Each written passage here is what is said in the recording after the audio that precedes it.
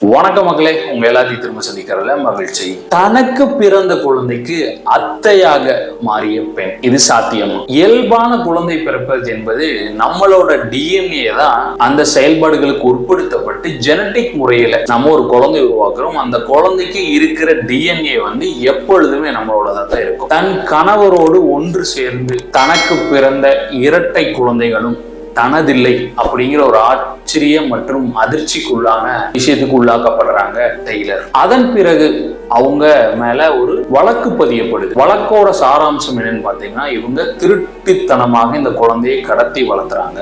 The fraudulent of child birth அப்படிங்கிற ஒரு வழக்கு பதியப்படும். தொடர்ந்து வழக்காடு மன்றத்துல இதற்கான வழக்காடுதல் நடக்குது. பிறகு ஒரு ஆராய்ச்சிக்கு இவங்களோட உடம்பு உட்படுத்துறாங்க. அப்போதான் அவங்களுக்கு தெரிஞ்சிருக்கு அவங்களோட உடம்புல 2 டிஎன்ஏ. இதற்கான காரணம் என்ன அப்படிங்கிறது யாருக்குமே தெரியல. அதுல 2வது டிஎன்ஏ மூலமாக இந்த 2 குழந்தைகளும் உருவாக்கப்பட்டிருக்கு. இது நடக்க வாய்ப்பு இருக்கா?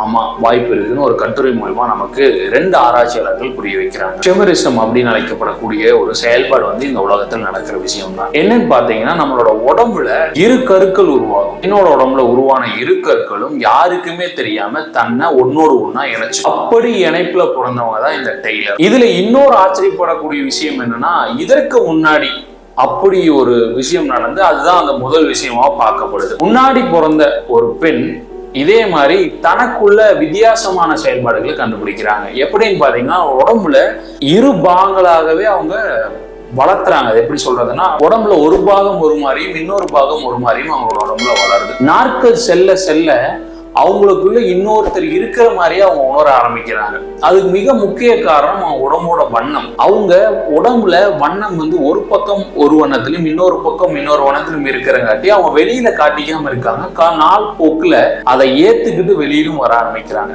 இதை பார்த்த ஒரு மருத்துவர் ஸ்டெலின் அப்படிங்கிறவரு இந்த பெண்ணை ஆராய்ச்சிக்கு உட்படுத்துறாரு. அப்பதான் அவங்களுக்கு தெரியுது, இந்த கிமிரிசம் அப்படிங்கிற சூழல்ல 2 குழந்தைகள் தங்களை ஒன்னோட ஒன்னா இணைச்சு கருவா உருவாகி குழந்தையா பிறந்திருக்காங்க. அவங்களுக்கு அவங்க உடம்புல இருக்கிற அனைத்து பொருட்களுமே 2ஆகவே இருந்திருக்கு. இந்த செயல்பாட்டை ஒருமைப்படுத்தி இந்த செயல்பாட்டின் ஒற்றுமையை எடுத்து சொல்லிதான் அந்த டெய்லர் வழக்காடு மன்றத்துல நீதிமன்றம் அந்த குழந்தைகளை இவங்களே வளர்த்தலாங்கிற ஒரு தீர்ப்பை கொடுக்குது. அதே நேரத்துல தான் பெற்றெடுத்த குழந்தைகளுக்கு இவங்க ஆண்டா மாறுறாங்க. இப்படி உங்க வாழ்க்கையில வித்தியாசமான மக்களை நீங்க பார்த்தது உண்டா? இல்ல இது மாதிரி கட்டுரைகள் நீங்க படிச்சது உண்டா?